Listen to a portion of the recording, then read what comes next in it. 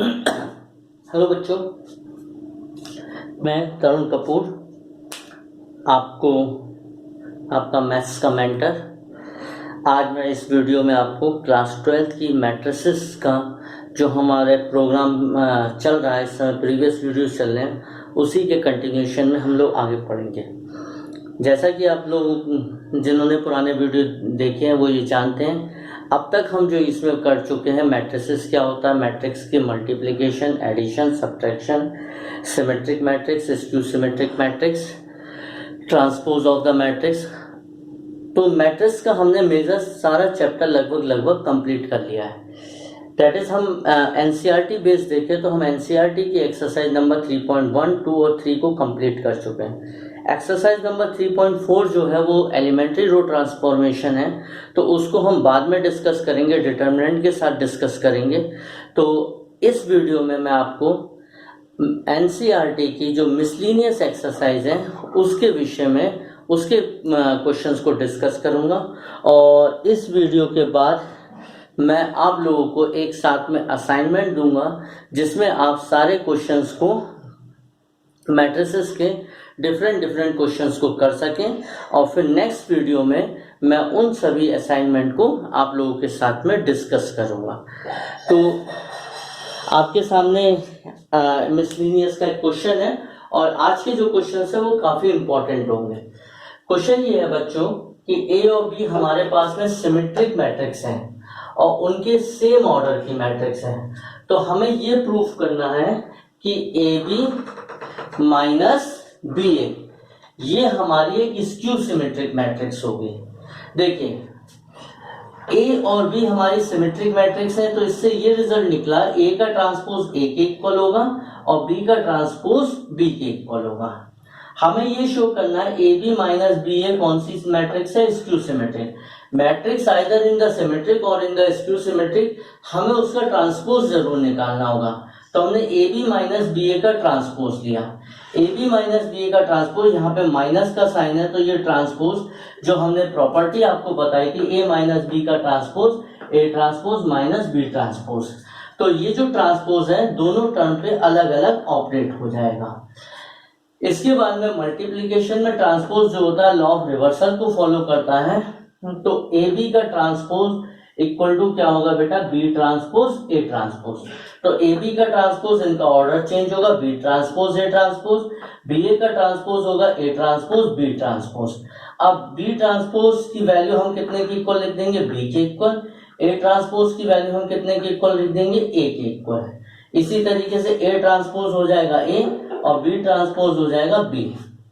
अब इसके बाद समझिए, तो हमें ये रिजल्ट निकला कि A B minus B A का ट्रांसपोज निगेशन है ए बी माइनस बी ए के, और जब किसी भी मैट्रिक्स का ट्रांसपोज उस मैट्रिक्स के निगेशन के इक्वल होता है तो हम ये कहते हैं कि वो मैट्रिक्स हमारी स्क्यू सिमेट्रिक मैट्रिक्स है। क्लियर? चलिए अब हम इसी पे एक दो और नेक्स्ट क्वेश्चन करते हैं। देखिए, अब इसी पर हम इसी टाइप का एक और क्वेश्चन ले रहे हैं, सिमेट्रिक और स्क्यू सिमेट्रिक की प्रॉपर्टी पे। क्वेश्चन ये है कि हमें ये प्रूफ करना है बी डैश ए बी ये मैट्रिक्स सिमेट्रिक होगी या स्क्यू सिमेट्रिक होगी। दोनों केस हैं, किस पर डिपेंड कर रहा है, according as A is symmetric और स्क्यू सिमेट्रिक। मतलब अगर ए हमारी सिमेट्रिक मैट्रिक्स है तो ये सिमेट्रिक होगी, अगर ए हमारी स्क्यू सिमेट्रिक मैट्रिक्स है तो ये मैट्रिक्स स्क्यू सिमेट्रिक होगी। तो चाहे हमारी मैट्रिक्स सिमेट्रिक हो चाहे हमारी मैट्रिक्स स्क्यू सिमेट्रिक हो, हमें उसका ट्रांसपोज तो निकालना ही पड़ेगा। तो हम इसका ट्रांसपोज निकाल लें, बी डैश ए बी का ट्रांसपोज। ए बी को मैंने एक सिंगल टर्म मान लिया, यहाँ पर लॉ ऑफ रिवर्सल लगा। लॉ ऑफ रिवर्सल क्या होगा, इंटरचेंज हो गए, यानी ए बी का डैश और बी डैश का डैश, यानी ए बी का ट्रांसपोज हुआ और बी ट्रांसपोज का ट्रांसपोज। अब प्रॉपर्टी हम लोग अच्छी तरीके से जानते हैं, बी ट्रांसपोज का ट्रांसपोज बी के इक्वल होगा और ए बी का जो ट्रांसपोज होगा यानी बी डैश ए डैश, यानी बी ट्रांसपोज ए ट्रांसपोज। तो हमें एक रिजल्ट मिला बी डैश ए बी का dash equal to B dash A dash B. अब यहां पर देखिए बी डैश और बी तो बिल्कुल एक जैसे हैं, ए की जगह ए डैश आ गया। अब सारी कहानी ए पर डिपेंड हो गई। अब हमने पहला केस लिया कि मान लिया हमने ए सिमेट्रिक है। अगर ए हमारी एक सिमेट्रिक मैट्रिक्स है तो ए का ट्रांसपोज ए होगा। अब ए का ट्रांसपोज ए यानी ए डैश की वैल्यू ए हमने यहां पर इस जगह पर पुट कर दी। तो हमने क्या काम करा, इक्वेशन नंबर 1 में बी ए बी का whole dash equal to B dash, A dash की जगह हमने ए रखा और ये हमने ले लिया बी। तो आप देख रहे हैं कि एक मैट्रिक्स का जो ट्रांसपोज है वही मैट्रिक्स निकल कर आ रही है। तो इससे ये क्लियर हो गया कि ये जो गिवन मैट्रिक्स है हमारी सिमेट्रिक मैट्रिक्स है। नेक्स्ट सेकंड केस हम समझते हैं। सेकंड केस हमने ये माना कि ए जो है वो हमारी कौन सी मैट्रिक्स है, स्क्यू सिमेट्रिक है। अगर ए हमारी स्क्यू सिमेट्रिक मैट्रिक्स है तो हम ए ट्रांसपोज जो होगा वो माइनस ए के इक्वल होगा, यानी ए का ट्रांसपोज माइनस है। ए का ट्रांसपोज माइनस से लिया तो ये वैल्यू हमने इक्वेशन नंबर 1 में पुट कर दी।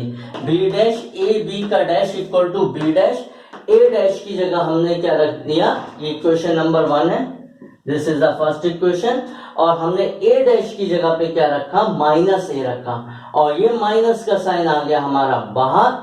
जब हमारा माइनस का साइन ये बाहर आ गया तो आप देख रहे हैं कि इस मैट्रिक्स का ट्रांसपोज वही मैट्रिक्स है, लेकिन कौन से साइन के साथ में, माइनस साइन के साथ में। तो इससे ये रिजल्ट निकल कर आया कि बी डैश ए बी क्या हो गए, स्क्यू सिमेट्रिक। तो हमारा क्वेश्चन वेरीफाई हुआ। अगर ए सिमेट्रिक है तो ये मैट्रिक्स सिमेट्रिक है, अगर ए स्क्यू सिमेट्रिक है तो ये मैट्रिक्स स्क्यू सिमेट्रिक है। ठीक, ओके बेटा। नेक्स्ट क्वेश्चन देखते हैं हम लोग।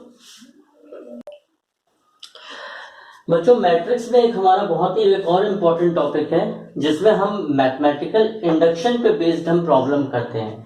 मैथमेटिकल इंडक्शन जो आप 11th क्लास में टॉपिक पढ़ चुके हैं उसकी प्रॉपर्टी का यूज हम लोग मैट्रिक्स की कुछ जो हमारे प्रूविंग होती है उसमें यूज करते हैं। ये हमारी प्रॉपर्टी या ये मेथड हम तब यूज करते हैं जब कभी भी हमें ए की पावर n इस तरीके से हमें कोई प्रूविंग करनी होती है। आप जानते हैं अच्छी तरीके से मैथमेटिकल इंडक्शन में 3 स्टेप होते हैं। सबसे पहले हम अपने स्टेटमेंट को n इक्वल टू 1 के लिए प्रूव करते हैं, फिर हम अपने स्टेटमेंट को n इक्वल टू k के लिए एज्यूम करते हैं कि वो सही है, और थर्ड स्टेप में हम n equal to k plus 1 के लिए ये शो कर देते हैं कि हमारा स्टेटमेंट सही है। तो हमारे सामने एक क्वेश्चन है, क्वेश्चन ये है कि एक हमें मैट्रिक्स A गिवन है, A equal to cos theta sine theta minus sine theta cos theta, और हमको ये प्रूफ करना है A की पावर n ये मैट्रिक्स के इक्वल है। तो हमने अपने स्टेटमेंट को Pn सपोज कर लिया, यानी अगर a इतना है तो a raise to the power n क्या होगा, ये होगा। जो भी हमें क्वेश्चन होता है हम उसे अपना स्टेटमेंट प्रूफ कर लेते हैं, सॉरी एज्यूम कर लेते हैं। अब हम n इक्वल टू 1 के लिए इसको प्रूफ करेंगे। n इक्वल टू 1 के लिए हम लोग क्या वर्क करते हैं, जहां पर हमें n दिख रहा है वहां पर हमने 1 पुट कर दिया। n की जगह अगर हमने 1 रखा तो a इक्वल टू क्या हो गया, a की पावर 1 a हो जाएगा, cos theta sine theta minus sine theta cos theta. तो इससे ये क्लियर हो गया कि हमारा स्टेटमेंट n इक्वल टू 1 के लिए सही है। फिर हम ये मान लेते हैं कि हमारा statement n equal to k के लिए सही है। तो n इक्वल टू k के लिए अगर हमारा स्टेटमेंट सही है तो a k इक्वल टू तो n इक्वल टू k के लिए हम क्या अज्यूम करा, हमने सपोज कर लिया ये स्टेटमेंट ट्रू है तो a की पावर k, यहाँ पर हमें n दिख रहा है, हमने उसकी जगह पे k रखा, तो a raise to the power k हो गया, n की जगह पे k पुट करा, cos k theta sin k theta minus sin k theta cos k theta. इस तरीके से हमने ये इसको एज्यूम कर लिया। अब हम ये शो करेंगे कि हमारा statement n equal to k plus 1 के लिए ट्रू है। अगर हमारा statement n equal to k plus 1 के लिए ट्रू है तो गिवन स्टेटमेंट में हम n की जगह पर जहां जहां पे हमें n दिख रहा है वहां पर हम k प्लस 1 पुट करेंगे। तो a raise to the power k plus 1 equal to cos k plus 1 theta sine k plus 1 theta, जहां पर n आ रहा है उसकी जगह पर हमने k प्लस 1 ले लिया। अब हमें ये शो करना है ये वैल्यू इसके इक्वल है, तो हमने इस वैल्यू को कंसीडर करा, a raise to the power k plus 1 break हो सकता है एक्सपोनेंट के रूल से, a की power k into a, A raise to the power K की हमने इक्वेशन नंबर 1 से वैल्यू पुट कर दी के ए raise to the power K की हमने वैल्यू पुट करी, तो कॉस के थीटा प्लस साइन के थीटा, तो हमने इसको ए की पावर के की वैल्यू रखी और हमने ए की वैल्यू रखी। अब हम इसको मल्टीप्लाई करेंगे, row multiply by column, cos theta minus sine के theta sine theta, first row first column, first row second column, cos के theta sine theta plus sine के थीटा कॉस थीटा। इसी तरीके से सेकंड रो फर्स्ट कॉलम से multiply हुई और second row second column से मल्टीप्लाई हो गया।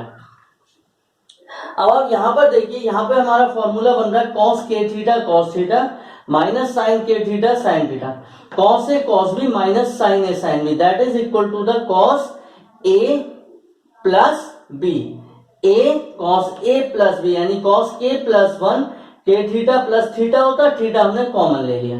इसी तरीके से यहाँ पे formula sine A cos B plus cos A sine B, sine A plus B का फॉर्मूला। इस स्टेप में से हमने माइनस को कॉमन लिया, माइनस कॉमन लेने पर sign A sign A cos B plus cos A sine B, sine A plus B का फॉर्मूला।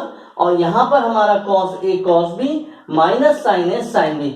यहां पर देखिएगा इस स्टेप को हमें पहले फॉर्मूले में एडजस्ट करना होगा, पहले उसको हम पढ़ रहे हैं। तो ये हमें ये मिल गया और देख रहे हैं यही वैल्यू क्या है, इसके इक्वल है। तो हम ये कह सकते हैं पी के plus 1 is true, that is the given statement is true for all natural number. इसी पे बेस्ड हम दो तीन क्वेश्चन और ले रहे हैं। और ध्यान दीजिएगा ये वीडियो जो मैं आपको इस समय टीच कर रहा हूं बहुत इंपॉर्टेंट वीडियो है और खास तौर पे ये मैथमेटिकल इंडक्शन पे बेस्ड जो क्वेश्चन है वो बहुत इंपॉर्टेंट है और ये सारे क्वेश्चन आपको मिसलिनियस में ही मिलेंगे। बच्चों इंडक्शन पे बेस्ड एक ये क्वेश्चन, नेक्स्ट क्वेश्चन आपके लिए क्वेश्चन ये है कि हमें ये गिवन है, एक मैट्रिक्स हमें गिवन है और हमें ये प्रूव करना है ए की power n equal to 1 plus 2n minus 4n n और 1 माइनस 2n। ध्यान दीजिएगा जब कभी भी a की पावर n होगा तो उस केस में हम मैट्रिक्स के केस को हमेशा इंडक्शन के थ्रू ही प्रूव करेंगे। इंडक्शन के basically 3 step, n equal to 1, n equal to k और n equal to k plus 1। हमने इसको स्टेटमेंट एज्यूम कर लिया, यहां से हमारा क्वेश्चन शुरू हुआ for n equal to 1। n equal to 1 में हमारा जो ये स्टेटमेंट है हमने इसमें n की जगह पे 1 पुट करा, तो n की जगह पे 1 पुट करा, दैट इज a की power 1 equal to 1 plus 2 minus 4 1 minus 2, यहाँ पर n की जगह 1 रखा, 1 प्लस 2 3 हो गया, माइनस 4 1 और 1 माइनस 2 माइनस 1। ये मैट्रिक्स अपने आप में a के इक्वल है, that is a equal to a। इसका मतलब हमारा स्टेटमेंट n इक्वल टू 1 के लिए सही है। सेकेंड केस हम ले रहे हैं, हम ये एज्यूम कर रहे हैं n इक्वल टू k के लिए हमारा स्टेटमेंट ट्रू है। तो अगर n इक्वल टू k के लिए स्टेटमेंट ट्रू है तो यहाँ पर हम n की जगह पर k पुट कर रहे हैं, a की power k equal to 1 plus 2k minus 4k, k और 1 माइनस 2k। ये हमने इक्वेशन नंबर फर्स्ट एज्यूम कर ली। अब स्टेप 3 में हम n equal to k plus 1 लेंगे। इस गिवन स्टेटमेंट में n की जगह पर हमने k प्लस 1 रखा। अब हमें ये वैल्यू इसकी इक्वल प्रूफ करनी है, तो हमने a की पावर k प्लस 1 को एज्यूम कर लिया, a की power k into a, exponent के रूल से हमने इसको ब्रेक करा। a की पावर k की हमने वैल्यू पुट करी और a की वैल्यू पुट करी। इसके बाद इसको मल्टीप्लाई करा, रो मल्टीप्लाई हुई कॉलम से, 3 की मल्टीप्लाई इससे हुई 3 प्लस 6k और इसकी मल्टीप्लाई इससे हुई माइनस 4k, फिर माइनस 4 की मल्टीप्लाई इससे हुई माइनस 4 माइनस 8k और माइनस 1 की मल्टीप्लाई हुई माइनस 4k से प्लस 4k, फिर इसकी सेकेंड रो की मल्टीप्लाई हुई फर्स्ट कॉलम से, 3 की मल्टीप्लाई k से हुई 3k, 1 की मल्टीप्लाई इससे हुई 1 माइनस 2k, माइनस 4 की मल्टीप्लाई k से हुई माइनस 4k और इसकी मल्टीप्लाई इससे हुई तो माइनस 1 और माइनस प्लस 2k। तो ये हमें रिजल्ट मिला 2k plus 3 minus 4k minus 4, simplify करा k प्लस 1 माइनस 2k। इसमें बेटा हमने क्या काम करा, 3 को हमने ब्रेक कर लिया 2 प्लस 1 में, इस तरीके से 2k प्लस 3 को ब्रेक करा 2 + 1 और इन दोनों में से हमने 2 कॉमन ले लिया तो k + 1 + 1, तो ये वाली टर्म हमारी इस तरीके से हमने लिख ली। हमने ऐसा इसलिए करा ताकि जो हमें प्रूविंग लेना है उसकी शेप में ले लें। इन दोनों में से हमने -4 कॉमन ले लिया सिंपल, तो बचा k + 1। यहाँ से हमने k + 1 एज इट इज आ गया।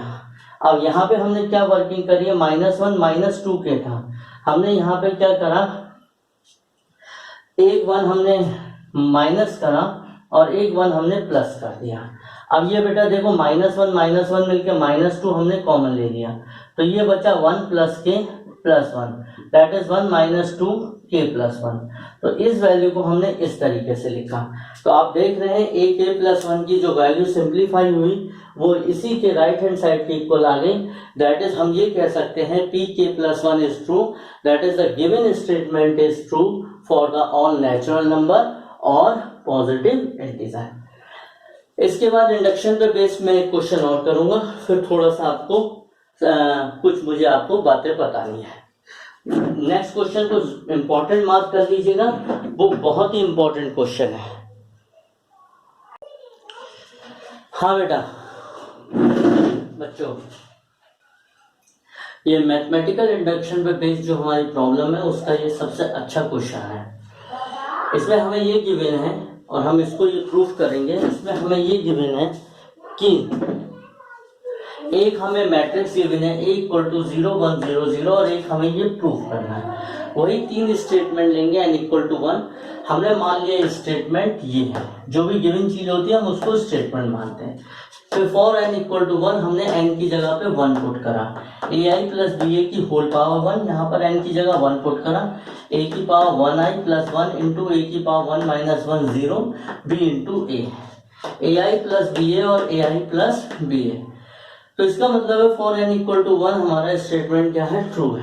अब हम n = k हम मान लेंगे कि हमारा स्टेटमेंट n = k के लिए ट्रू है। अगर हमारा स्टेटमेंट n = k के लिए ट्रू है तो जहां जहां पर n आ रहा है हमने उसकी जगह पे क्या पुट कर दिया, k पुट कर दिया। तो ai + ba की होल पावर k = a की पावर ki + k a की power k - 1 b into a। This is the equation number first. फिर हम ये प्रूफ करेंगे फॉर n = k + 1 के लिए हमारा स्टेटमेंट ट्रू है। तो n = k + 1 के लिए हमने n की जगह पर k + 1 रखा, k + 1 k + 1 k + 1 - 1 b into a। जब हमने ये पुट करा तो अब हम इसके बाद देखिए आगे देख रहे हैं। तो ये ai + ba की होल पावर k + 1 a की पावर k + 1 i k + 1 यहां से 1 से 1 गया, a की पावर k इंटू b है। अब हम इस वैल्यू को इधर हम सिंप्लीफाई कर रहे हैं। k + 1 को हमने ब्रेक कर दिया, वही दो पार्ट में, एक को k लिखा और एक को 1 लिखा। ये हमने इक्वेशन नंबर 1 से या फर्स्ट से वैल्यू को हमने पुट करा, ai + ba की होल पावर k की हमने ये वैल्यू यहाँ पर पुट कर दी। अब हम सिंपल मल्टीप्लाई कर रहे हैं, a की पावर k की इससे मल्टीप्लाई, a की पावर k + 1 i इंटू आई, फिर इसकी मल्टीप्लाई हमने इससे करी, a की power k b i into a, फिर हमने इसकी इससे मल्टीप्लाई करी k, a की पावर k हो जाएगा k - 1 + 1 b a और i, और फिर हमने इसकी इससे मल्टीप्लाई करी लास्ट वाली टर्म से k a की पावर k - 1 b का square b into b square a into a। अब i इंटू आई के इक्वल होगा क्योंकि i अपने आप में कौन सी मैट्रिक्स है, आइडेंटिटी, दैट इज 1, और 1 की किसी से भी मल्टीप्लाई करते हैं, 1 की 1 से मल्टीप्लाई करते हैं तो हमें 1 मिलेगा i।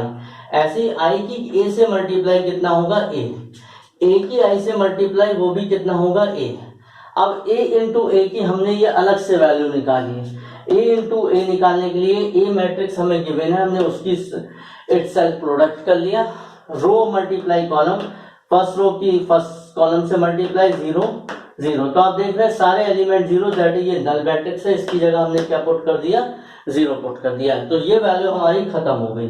a⁻⁴ k + 1i, इन दोनों में से हमने a की पावर k कॉमन ले लिया, b कॉमन ले लिया, a कॉमन लिया, ये बचा 1 प्लस k,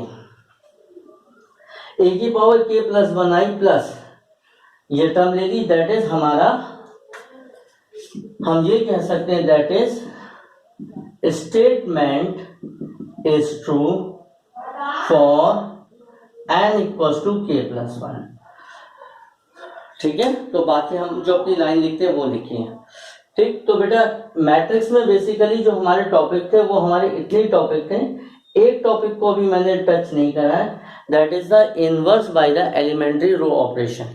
एक्चुअल में डिटरमिनेंट्स वाला जो चैप्टर है जो हम इसके बाद करेंगे उसमें भी हमारा इनवर्स का है, तो हम उसके साथ उसको पढ़ाना ज़्यादा सही रहता है, आपको समझ में भी आएगा, क्योंकि उसमें 2-4 प्रॉपर्टी डिटरमिनेंट जैसी यूज होती हैं।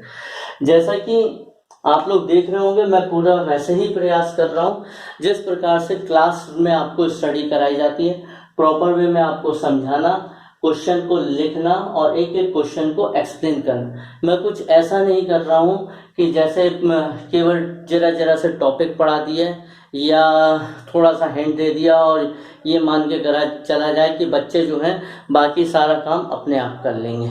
बिल्कुल मैं उसी प्रकार से पूरा प्रयास कर रहा हूँ जैसे अगर आप लोग क्लास में होते तो जिस प्रकार से मैं क्लास में पढ़ाता, बस इतनी वहाँ पे क्लास में हम लोगों को बेनिफिट मिल जाता है कि जो भी आपके डाउट्स होते हैं, एक इंटरेक्शन रहता है, वो आप उसी समय पे क्लियर कर लेते हैं, या आपकी फेस एक्सप्रेशन देख के हम थोड़ा बहुत बता पाते हैं कि अच्छा इस स्टूडेंट को कहाँ पर प्रॉब्लम है। लेकिन वक्त का तकाजा है, वो चीज़ें संभव नहीं है, तो मैं पूरा प्रयास कर रहा हूँ। मैट्रिक्स का मैंने जो ऐसा नहीं करा है कि थोड़ा ज़रा सा मैट्रिक्स क्या होती है समझा दिया। आपने पुराने वीडियो देखी, ये वीडियो देखिए, मैं बिल्कुल एक एक क्वेश्चन को, जो मेजर क्वेश्चन है, अच्छे क्वेश्चन है, मैक्सिमम क्वेश्चन को सॉल्व कराने का प्रयास कर रहा हूँ और आपको मैं बता रहा हूँ कि आपको करना कैसे है। ये चैप्टर आज मैट्रिक्स का आज हमारा यहाँ पे फिनिश हो रहा है। आपको एक्सरसाइज नंबर एनसीईआरटी की 3.1 करनी है, 3.2 करनी है, एक्सरसाइज नंबर 3.3 करनी है, 3.4 के अभी नहीं करना, वो एलिमेंट्री ऑपरेशन के क्वेश्चन है, और मिसलिनियस करनी है। तो 1, 2, 3 एंड मिसलिनियस 4 एक्सरसाइजेज हुई और विद आप एग्जाम्पल करिए। इसके बाद में मैं आप लोगों को एक असाइनमेंट दे रहा हूँ, मतलब ये चैप्टर के बाद में नेक्स्ट में एक स्क्रीनशॉट लेकर आपको एक असाइनमेंट दे रहा हूँ। आप पहले एनसीईआरटी के क्वेश्चन सारे करिएगा, फिर उसके बाद में उस असाइनमेंट को करिएगा, और फिर 2 और 3 डेज के बाद में, कुछ समय के बाद में हम नेक्स्ट वीडियो में मैं आपको या अलग से एक वीडियो में लेकर मैं उसको बताऊंगा कि किस दिन मैं उस असाइनमेंट को डिस्कस करूंगा। तो एक दिन हम उस पूरे असाइनमेंट को डिस्कस करेंगे और पूरा असाइनमेंट डिस्कस करेंगे, जिससे क्या होगा, जिसकी जो डाउट्स होंगे वो सारे डाउट्स हम मैक्सिमम, या हमें जो लगेगा ये क्वेश्चन बच्चों को टिपिकल हो सकता है, उसको हम कराने का वो हम आपको करा देंगे। लेकिन फिर आप लोगों का भी थोड़ा सा कोऑपरेशन चाहिए। पहली बात, आप लोग घर पे पढ़िए, खूब मन लगा के पढ़िए, सेल्फ स्टडी करिए, प्रॉपर वे में करिए, जैसा मैं कह रहा हूँ थोड़े दिन उसी प्रकार से करिए, सारी एनसीईआरटी असाइनमेंट, और उसके बाद साथ में हम लोग रेफरेंस बुक भी करेंगे। और दूसरा, अगर आपको चीज़ें समझ में आ रही हैं, अच्छी लग रही हैं, तो चैनल को सब्सक्राइब करिए, लाइक करिए, शेयर करिए, ताकि और लोगों का भी भला हो सके। Thank you very much.